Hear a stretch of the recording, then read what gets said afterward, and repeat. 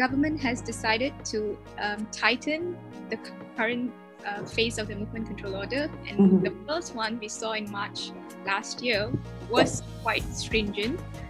But then there is a debate whether we can strike a balance between lives and livelihoods, because the economic sector are not very keen on a total lockdown. Is there a way Malaysia can keep a middle path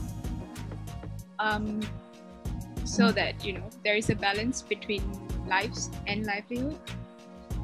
Or is the full lockdown the only solution to bring down the number of cases?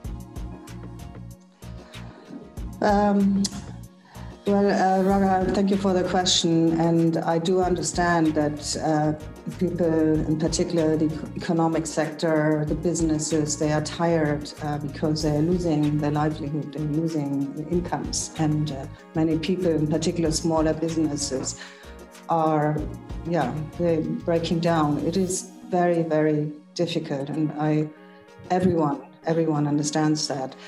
But we also have to see that, and you see that in social media, the communication by the ministry, by the government every day, that healthcare capacity is at a stretch, that in nearly all the states, hospitals are full in the public and private sector, more than 70%. And this is when we say that we are crossing a critical line, that drastic measures like lockdowns, which work actually to reduce infections, have to be taken. And they are very, very unpopular because people lose their livelihoods. And but if people are dying, there has to be a temporary drastic measure to gain time to support to protect protect people from dying, and protect also the hospitals and healthcare workers from getting infected. And because the more infection you have, and healthcare workers get infected, and the whole system could potentially break down. So I think it is necessary.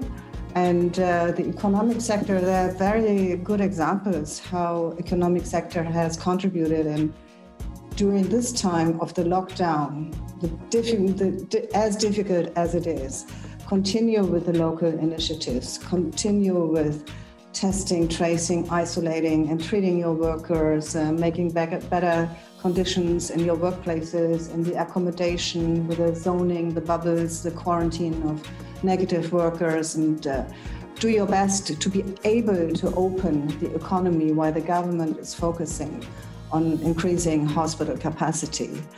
And also, I understand that there are a lot of initiatives to prepare for the vaccination rollout, also in the business sector, for those who are not among the vulnerable or the most effective populations. But the frontliners should be protected first, and those vulnerable, the elderly, senior citizens, and those with comorbidities. And that should also include the workers to whom those criteria apply. Well, we have seen that usually if the lockdown is stringently implemented, you see a decrease of cases with a lag.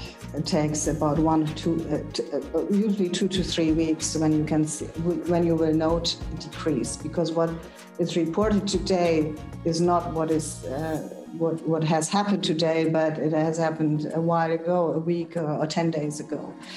I think that's very important.